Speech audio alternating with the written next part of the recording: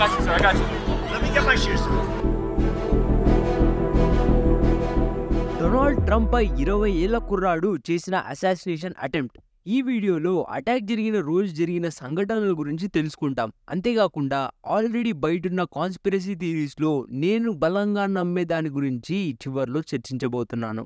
So వీటిని తెలుసుకోవాలనుకుంటే వీడియోని పూర్తిగా చూడండి. దానికంటే ముందు మేకింగ్ సెన్స్ తెలుగు ఛానల్కి కొత్తగా వచ్చినట్లయితే ఖచ్చితంగా సబ్స్క్రైబ్ చేసుకోండి. ఎందుకంటే ఇక్కడ ప్రపంచ వార్తా విశేషాలు తెలుసుకోవడంతో పాటు వాటి తాలూకు భారత కోణాన్ని తెలుసుకుంటారు. మరి సబ్స్క్రైబ్ చేసేసుకున్నారా? చేసేసుకోండి.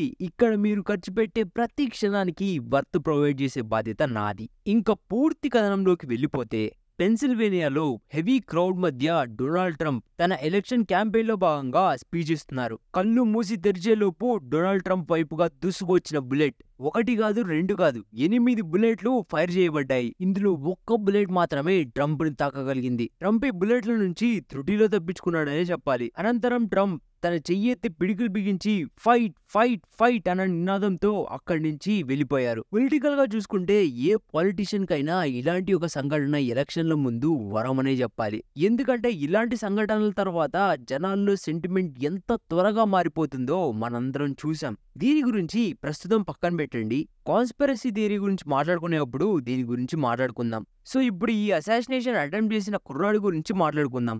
20 ఏళ్ల థామస్ క్రూక్. అక్కడున్న వాళ్ళు చెప్పిన దాని ప్రకారం ఈ కుర్రాన్ని కొంతమంది ఆల్రెడీ గమనించారని అంటున్నారు. వాళ్ళు చెప్పిన దాని ప్రకారం ఈ కుర్రాడు చాలా వింతగా ప్రవర్తిస్తున్నాడంట. దీన్ని చూసి కొంతమంది అక్కడున్న సెక్యూరిటీ అఫీషియల్స్ కూడా చెప్పడం జరిగిందని అంటున్నారు. మీటింగ్ జరిగిన ప్రాంగణం నుంచి 450 అడుగుల దూరంలో ఉన్న ఒక బిల్డింగ్ మీద నుంచి ఈ కాల్పులను చేపట్టాడు. ఈ 450 అడుగుల డిస్టెన్స్ అనేది గుర్తుపెట్టుకోండి, తర్వాత మాట్లాడుకుందాం. షూటర్ అటాక్ ని జరపడానికి AR-15 రైఫిల్ ని యూజ్ చేశారు. ఇది సెమీ ఆటోమేటిక్ వెపన్. యుఎస్ లోని పాపులర్ గన్స్ లో ఇది కూడా ఒకటి. ఈ గన్ తక్కువ సమయంలోనే ఎక్కువ బుల్లెట్లను ఫైర్ చేయగలదు. ఇప్పటిదాకా ఉన్న సమాచారం ప్రకారం క్రూక్ ఈ అటాక్ ని ఒంటరిగానే చేపట్టినట్టు తెలుస్తుంది. ఇంకా క్రూక్ కి సంబంధించిన వివరాల్లోకి వెళ్తే, క్రూక్ ఒక రిజిస్టర్డ్ రిపబ్లికన్, అంటే ట్రంప్ పార్టీని సపోర్ట్ చేసే వ్యక్తే. ఆ కుర్రాడి సోషల్ మీడియా హ్యాండిల్స్ ని చెక్ చేసిన FBI అందులో ఎటువంటి అబ్జెక్షనబుల్ కంటెంట్ లేదని తెలియజేసింది. క్రూక్ 2 సంవత్సరాల క్రితమే హై స్కూల్ నుంచి పాస్అవుట్ అయ్యాడు. స్కూల్లో కూడా బాగా చదువుకునే కుర్రాడే అని తెలుస్తుంది. మ్యాథ్స్ అండ్ సైన్స్ లో బాగా పర్ఫామ్ చేయడం వల్ల అవార్డ్స్ కూడా పొందాడట. కానీ క్రూక్ కి సంబంధించి తన స్కూల్ మేట్స్ ని అడిగినప్పుడు కొన్ని ఆసక్తికర విషయాలు బయటపడ్డాయి. ముందైతే తన స్కూల్ మేట్స్ తన గురించి ఏం చెప్తున్నారో చూడండి. Kid that was always alone. He was always bullied. Every day he was just an outcast. I want to say he was a loner more because he was quiet, but like he was just bullied. Like he was bullied so much. వాళ్ళు చెప్తుంది ఏంటంటే, crook ని అందరూ బాగా ఇబ్బంది పెట్టేవాళ్ళంట, వెక్కిరిచ్చేవారంట. So ఈ కుర్రాడు ఎప్పుడు ఒంటరిగా తన పని తాను చేసుకుంటూ ఉండేవాళ్ళంట స్కూల్లో. అంతేకాకుండా క్లాస్ లో చాలా సందర్భాల్లో తన ఫ్రెండ్స్ చేత తాను బహిష్కరించబడ్డాడంట. సో ఇప్పటి వరకు ఇన్వెస్టిగేషన్ లో తేలిన విషయాలు ఇవి. ఇంకా ఉన్న కాన్స్పిరసీ థియరీస్ లో నాకు బాగా కొడుతున్న దాని గురించి మాట్లాడుకుందాం. ఆ థియరీ ఏంటంటే, ఈ అటాక్ ని ట్రంపే ప్లాన్ చేశాడు అని. థియరీ చాలా సింపుల్. ఈ వీడియో మొదట్లో చెప్పుకున్నట్టే ఇలాంటి ఒక అటాక్ ఏ పొలిటికల్ లీడర్ కైనా ఎలక్షన్ల ముందు ఒక వరం లాంటిది. అండ్ ఇలాంటి వరాలు మోడర్న్ టైమ్స్ లో పాలిటీషియన్స్ చేయించుకునేవే ఎక్కువ.